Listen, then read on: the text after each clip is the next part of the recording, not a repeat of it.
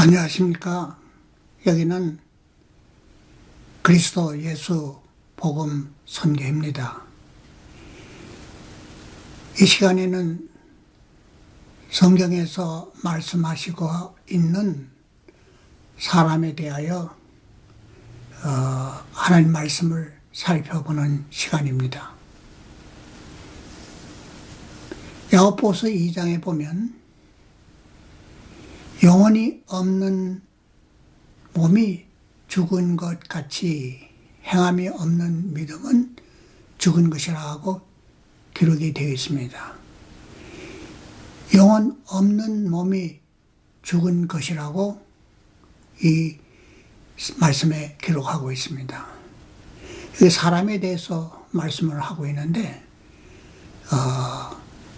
영혼과 몸을 말씀하고 있습니다. 그런데 몸에서 영혼이 없는 것이 죽은 것이라고 했습니다. 그러니까 몸속에 영혼이라는 존재가 없어진 겁니다. 근데 없어졌다는 말을 소멸돼 없어졌다는 말씀인지 아니면 그 몸속에서 영혼이 빠져나왔다는지 그 의미를 우리가 분명히 해둘 필요가 있습니다. 그럼 영혼은 무엇이고 몸은 무엇이냐, 이런 우리가 질문이 있을 것입니다. 근데 다른 성경 구절에 보면은 사람을 세 부분으로 분리해서 말씀을 하고 있습니다. 데살로니가 전서 5장에 보면 평강의 하나님이 친히 너희로 온전히 거룩하게 하시고 또 너희 온 영과 혼과 몸이 우리 주 예수 그리스도 강림하실 때에 흠없게 보존되기를 원하노라고 기록되어 있습니다. 이 말씀에 보면 사람을 영과 혼과 몸이라고 세 부분으로 분리해서 말씀을 하고 있습니다. 다시 말하면 사람을 영혼과 몸으로 분리를 하는데 다시 영혼을 분리를 해서 영과 혼으로 분리했기 때문에 이제 세 부분으로 분리하게 된 것입니다. 근데 대체적으로 이 성경 말씀을 보면은 사람을 두 부분으로 분리해서 말씀을 하는 것이 대부분입니다. 그래서 저는 왜 사람을 영혼과 몸 두 부분으로 분리해서 말씀을 하는가를 생각해 봤습니다. 근데 사람이 죽게 되면은 영과 혼과 몸 이 세 부분의 그 분리 상황을 보면은 몸은 흙으로 돌아가는데 이 혼은 육에 머물러 있지 않고 영적으로 합해 있는 것을 보게 됩니다. 그러니까 사람이 죽고 나면은 몸에는 혼이나 영이라는 것이 그 안에 있지가 않습니다. 그래서 죽은 후에는 영혼이 육을 벗어버리기 때문에 영과 혼을 하나로, 죽은 후에도 하나로 머물러 있기 때문에 그 죽음을 기준으로 해서, 그러니까 사람의 분리되는 그 과정을 중심으로 해가지고 사람을 영혼과 몸으로 분리한 것으로 봅니다. 몸에 영혼이 없으면 죽은 것이라고 말했습니다. 그러니까 여러분이 가끔 죽은 사람들을 보면은 움직이지 않고 생각도 하지 못하고 아무 힘도 없이 그냥 누워 있습니다. 여기서 보면 뭔가 하나가 잃어버린 게 있습니다. 그래서 이것이 우리가 볼 때는 뭔지 모르겠지만 성에서는 이거를 영혼이라고 부르고 있습니다. 사람들이 흔히 말할 때 사람이 죽으면 생명이 떠났다 이렇게 말씀하지 않습니까? 또 사람이 이렇게 죽었을 때 그 혼이 돌아갔다 이렇게 말씀하지 않습니까? 죽었다 이렇게 말하지 않고 돌아가셨다 이렇게 말씀하시지 않습니까? 그러니까 뭔가 육체에서 뭐가 빠져나갔기 때문에 그 빠져나온 것이 어디론가 돌아갔다 이렇게 알고 그렇게 말을 한 것으로 보입니다. 그런데 이 영혼이란 뭐이고 육은 뭐냐 이런 우리가 의문점을 가지게 될 것입니다. 근데 우리가 우리 몸을 보면 영혼이 뭔지 모르겠어요. 그런데 육은 분명하게 다 보입니다. 근데 영혼은 보이지 않아요. 그런데 성경에는 이 보이지 않는 것을 우리에게 잘 설명을 해주고 있습니다.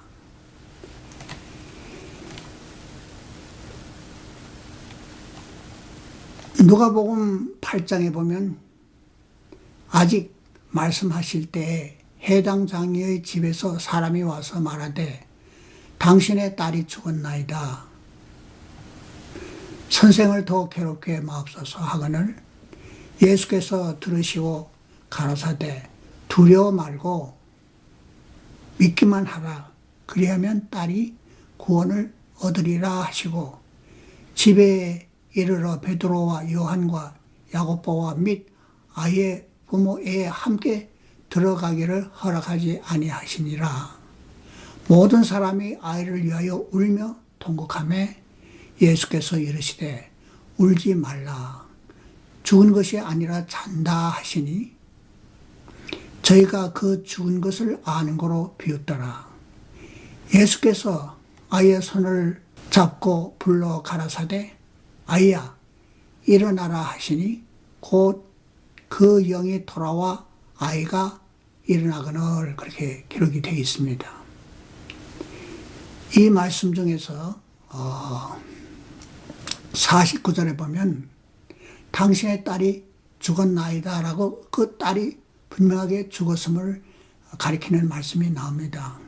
이 말씀은 그 해당장 집에 그 딸이 죽었을 때 예수님에게 간청해서 딸을 좀 살려달라고 했는데 이제 그 가기 전에 딸이 죽었기 때문에 그 사람이 와서 이미 당신의 딸이 죽었으니까 예수님을 괴롭히지 마십시오 라고 하는 말이 그 후에 시작이 됩니다.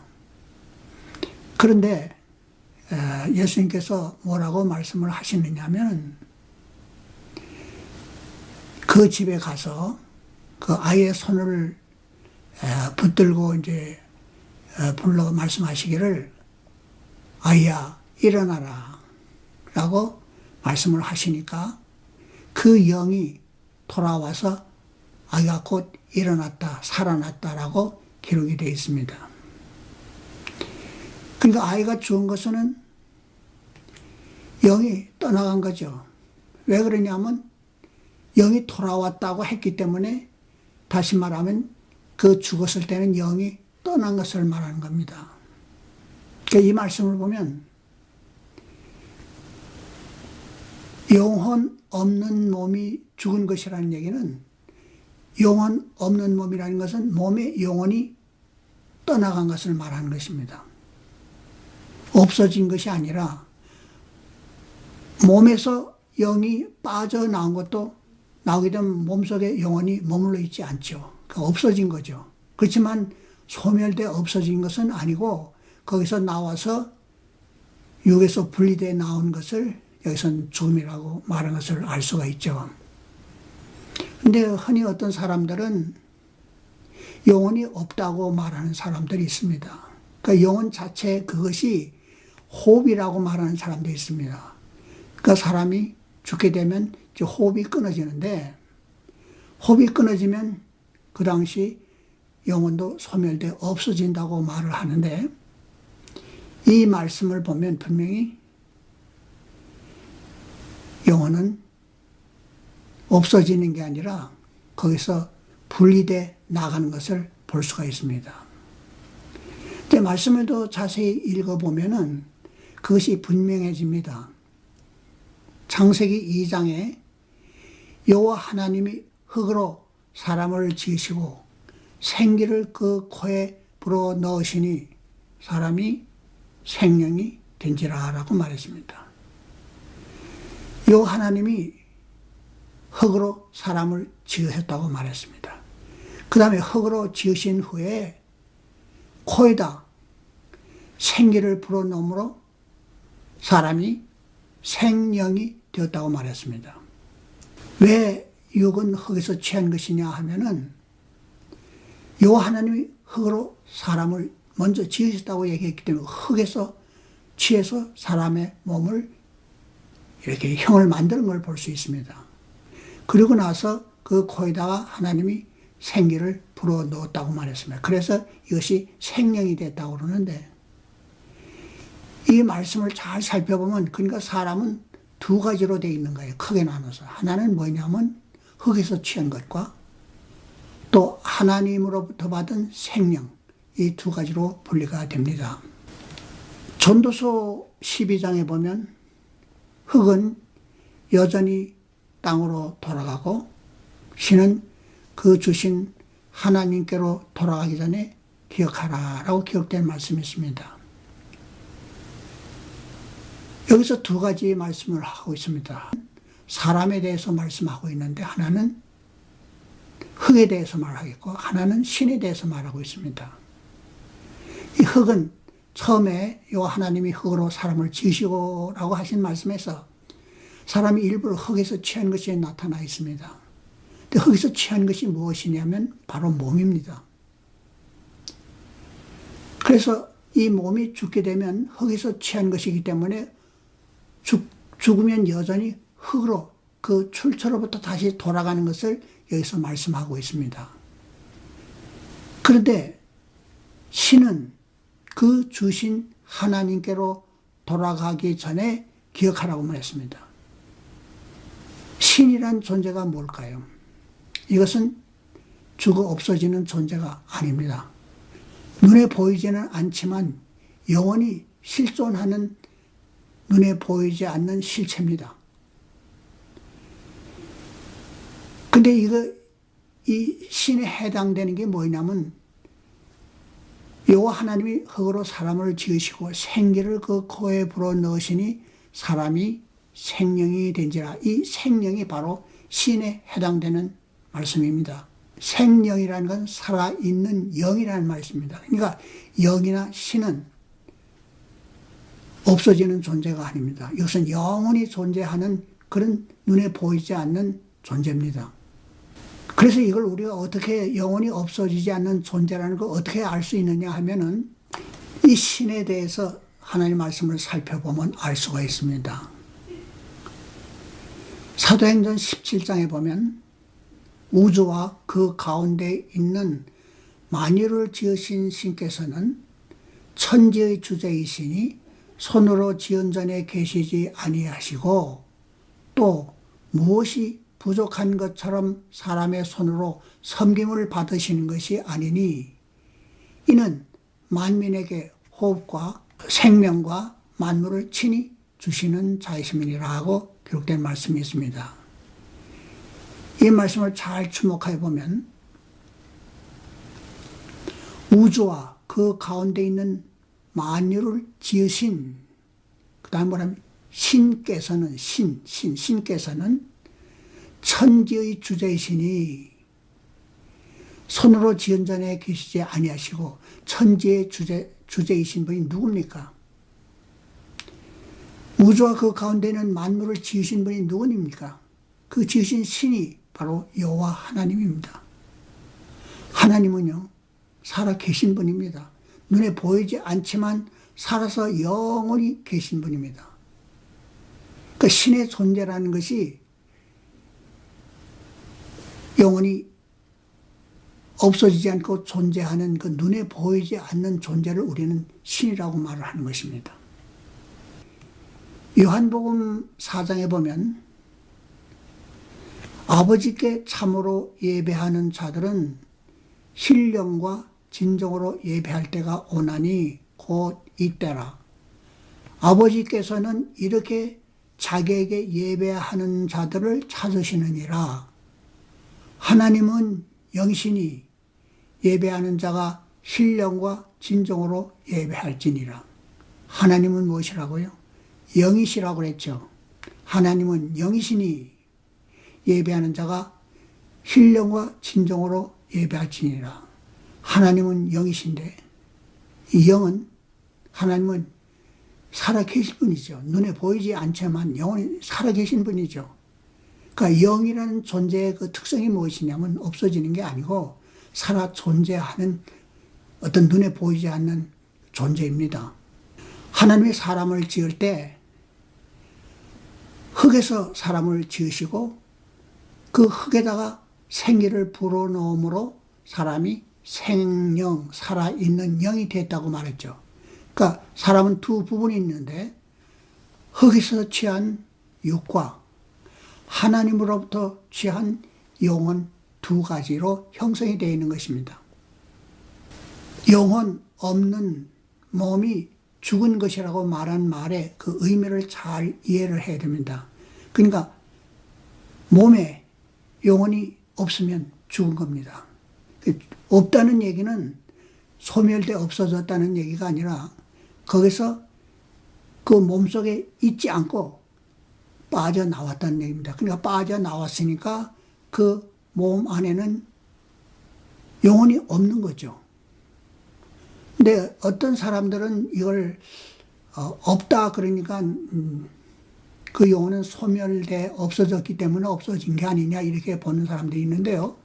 아까 제가 말씀드렸죠. 그 아이가 죽었는데 예수님이 손을 잡고 소녀야 일어나라, 아이야 일어나라 했을 때 영이 돌아왔다고 했죠. 그러니까 떠나가서 없어진 게 아니라 그 육체에서 분리돼 떠나갔던 영이 다시 돌아온다는 얘기는 다시 말하면 그 몸에서 영이 분리돼 나갔다는 얘기입니다. 근데 분리돼 나갔던 영이 다시 돌아와서 산 사람이 되는 것입니다. 그러니까 육안에 영혼이 다시 있게 됨으로 인해서 산 몸이 된 것입니다. 요한계시록 20장에 보면 죽은 자들이 물론 대소하고 하나님의 심판대 앞에 섰는데 여기 죽은 자들이 하나님의 심판대 앞에 섰다고 말했습니다. 그럼 아까 신은 그 주신 하나님께로 돌아가기 전에 기억하라고 한 말씀에서 주신 하나님께로 돌아간다고 하지 않았습니까? 신은 영혼은 결코 죽지 않기 때문에 반드시 그 영혼 자체로서 하나님 심판대 앞에 먼저 서게 되는 것입니다. 돌아가서 심판을 받아야 되기 때문에 그 죽은 자들이라는 것은 몸이 있는 사람을 우리는 죽은 자라고 하지 않습니다. 몸을 땅에다 장사하고 그 다음에 거기서 빠져나온 영이 이제 죽은 자들인데 그게 하나님 심판대 앞에 섰다고 말했습니다.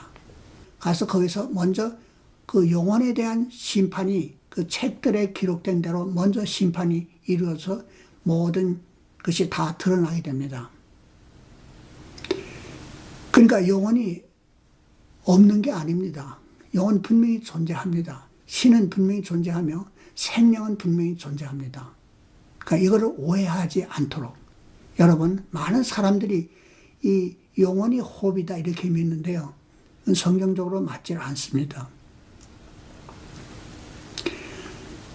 이제 우리가 깊이 생각해야 할 건 호흡과 영혼이 어떻게 다른가를 우리가 알아야 됩니다. 아까도 제가 말씀을 드렸지만 사도행전 17장에 보면 거기에 대한 그 설명이 조금 나옵니다. 우주와 그 가운데 있는 만유를 지으신 신께서는 천지의 주제이시니 손으로 지은 자에 계시지 아니하시고 또 무엇이 부족한 것처럼 사람의 손으로 섬김을 받으시는 것이 아니니 이는 만민에게 잘 들어보세요. 생명과 호흡과 만물을 친히 주시는 자라고 말했습니다. 여기에 분명히 생명과 호흡과 만물이라고 세 가지를 분리해서 말씀을 했습니다. 여기서 만물과 호흡이 같은 게 아닙니다. 그래서 만물이란 다른 용어를 쓴 겁니다. 그럼 여기 호흡과 생명이라는 말이 있는데 생명은 호흡과 다른 단어이고 의미도 틀린 겁니다. 그러니까 그래서 분리해서 생명과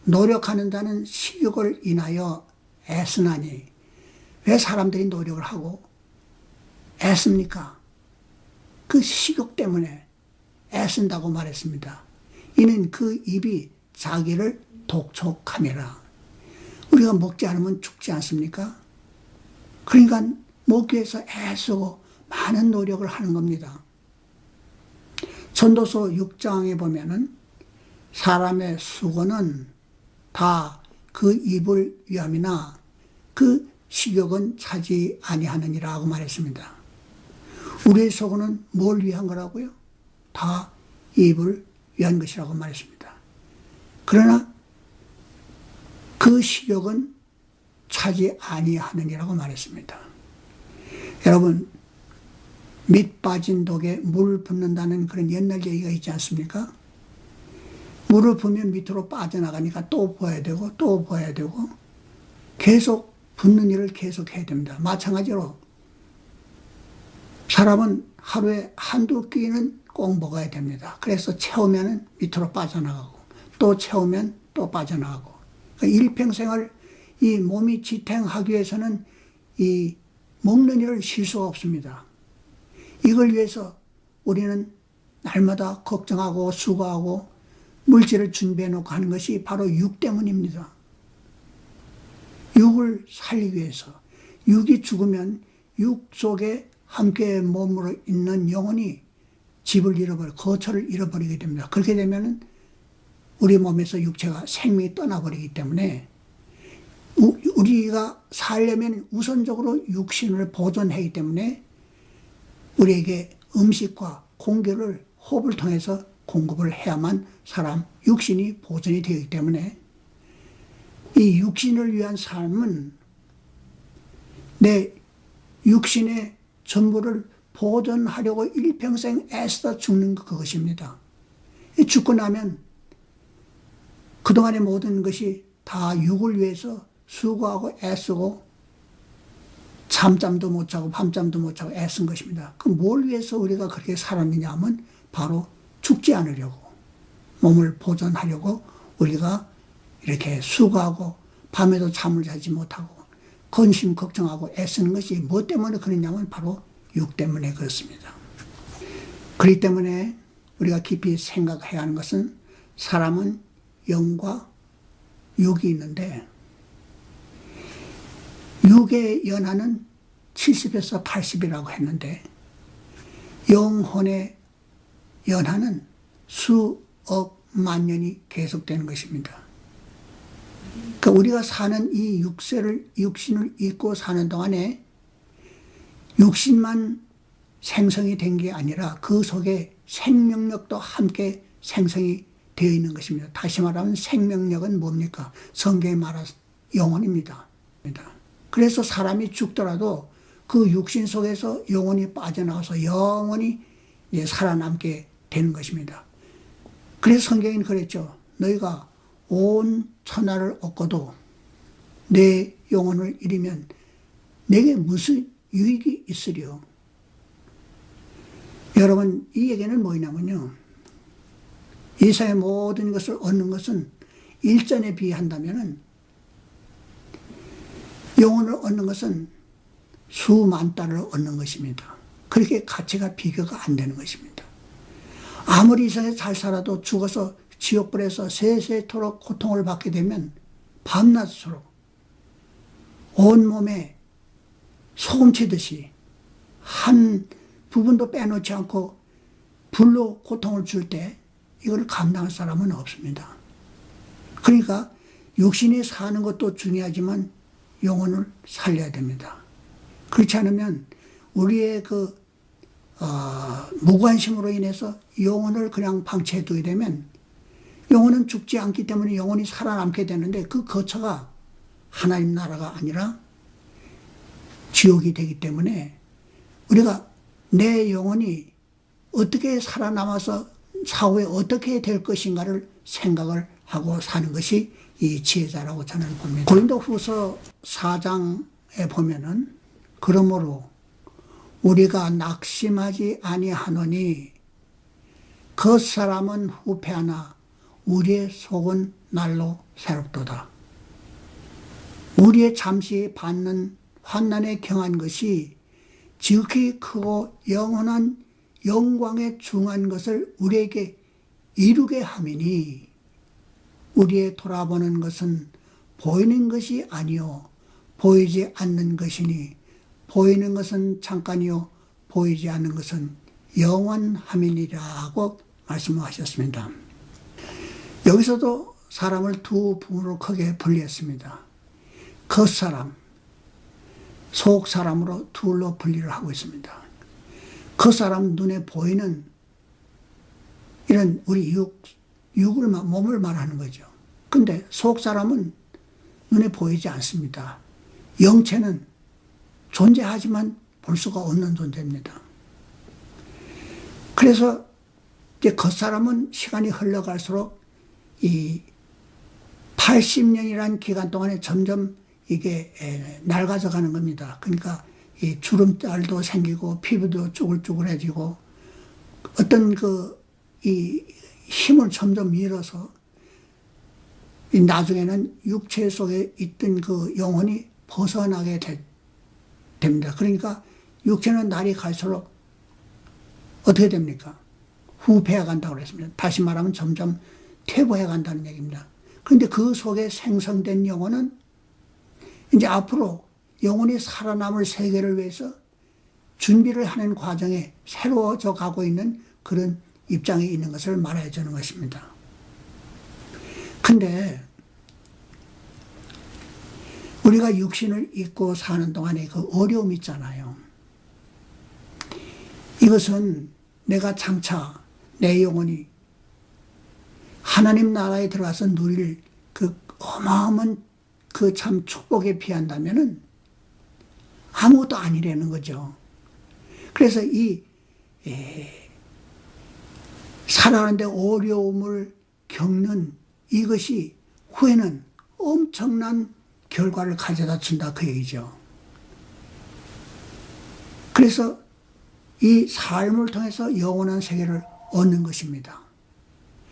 그래서 우리의 이 삶은 짤막한 이사의 삶이 내 영혼의 생사를 좌우하는 중요한 기틀이 되는 것입니다.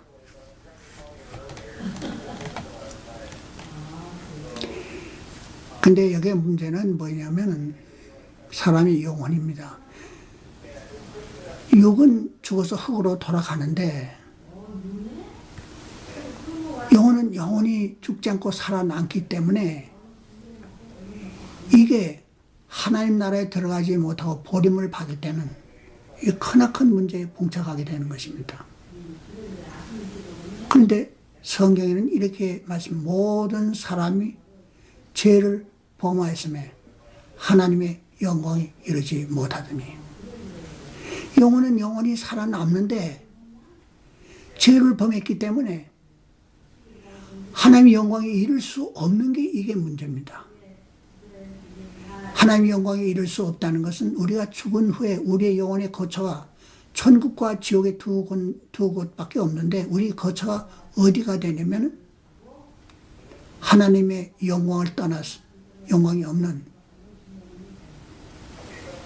지옥에 들어가는데 우리에게 크나큰 문제가 있습니다. 아까 제가 처음 읽어드린 말씀에 흙은 여전히 흙으로 돌아가고 신은 주신 하나님께 돌아가기 전에 기억하라고 말했습니다. 왜 우리 영혼이 하나님 앞에 심판대 앞에 서기 전에 왜 창조자를 기억해야 될까요? 창조자는 우리 영혼을 심판하기 위해서 기다리고 있기 때문입니다. 살아서 지은 죄를 살아서 해결하지 않고 가면은 죄를 그대로 가지고 가게 됩니다. 그러면 하나님은 공의로운 분이기 때문에 눈은 눈으로, 생명은 생명으로, 손은 손으로, 이는 이로 그대로 갚는 분입니다. 거기는 어떤 추후의 용서도 없습니다. 그렇기 때문에 가기 전에 이 죄 문제를 해결해 놓고 가지 않으면 이 세상에 살 동안에 지은 그 모든 죄가 다 하나님의 형벌로 다 내려지기 때문에 죽기 전에, 내 영혼이 하나님께 돌아가기 전에 너희 하나님을 기억하고 하나님을 만날 준비를 하고 돌아가라는 얘기입니다. 그래서 이상하지만 왜 신은 주신 하나님께로 돌아가는데 왜 전에 기억하라고 했을까요? 거기는 이제 성경 말씀에 충분히 설명해 주는 부분들이 있습니다.